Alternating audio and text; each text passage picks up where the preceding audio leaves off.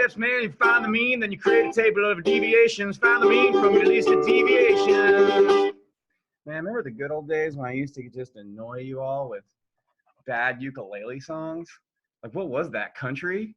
No one knows. Chapter 9, Section 5. The mean absolute deviation, which we call the MAD.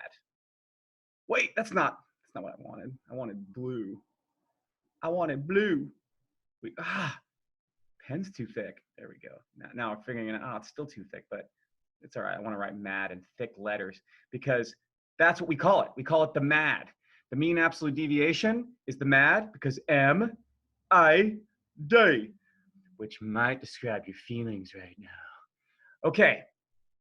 How do I find,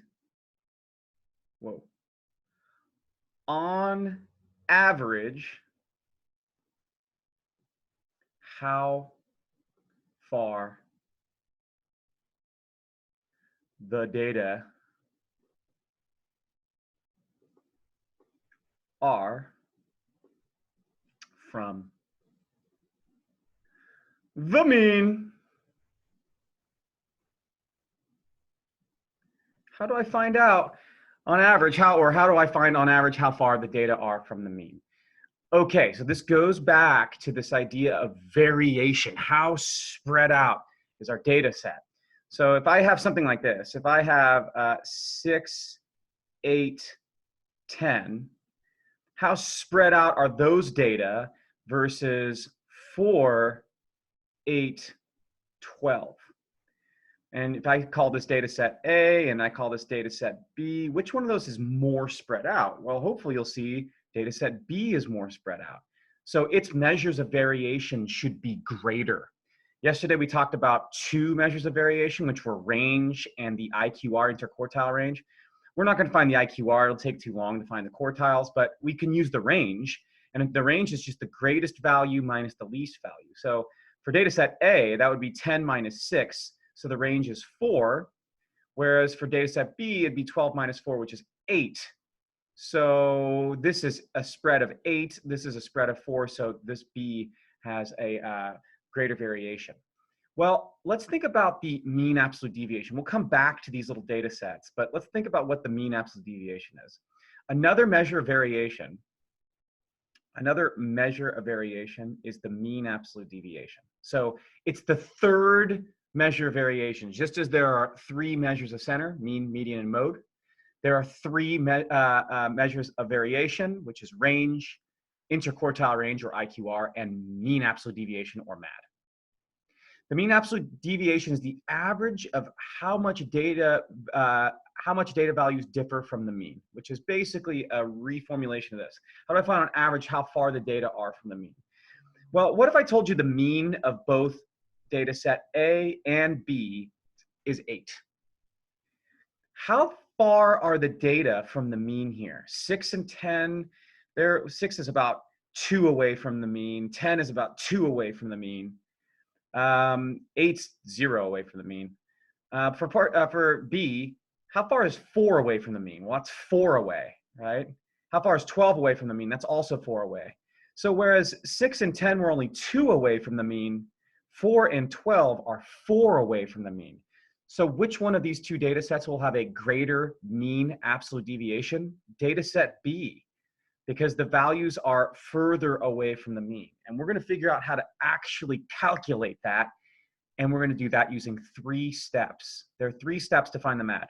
The first is to find the mean of the data set. In order to find out how far the data are from the mean, we have to find the mean. The second step's the hardest and the easiest to forget. So but it's not hard. Create a table or a list of deviations by figuring out how far each data value is from the mean. So for instance, this list of deviations for A, so if I made a list of deviations, I'll do it in red so it doesn't get confusing. How far is 6 from 8? 2.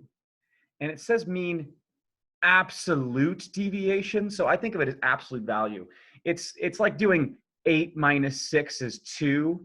But if you wanted to find out how far 10 is from 8, it'd be 8 minus 10, which is negative 2. But we're just going to use 2. Both 6 and 10 are 2 away from 8. How far is 8 away from the mean? Well, 8 is the mean, so it's 0. So this is my list of deviations. This is step 2. 6 is 2 away from the mean. 8 is 0 away from the mean. And 10 is 2 away from the mean.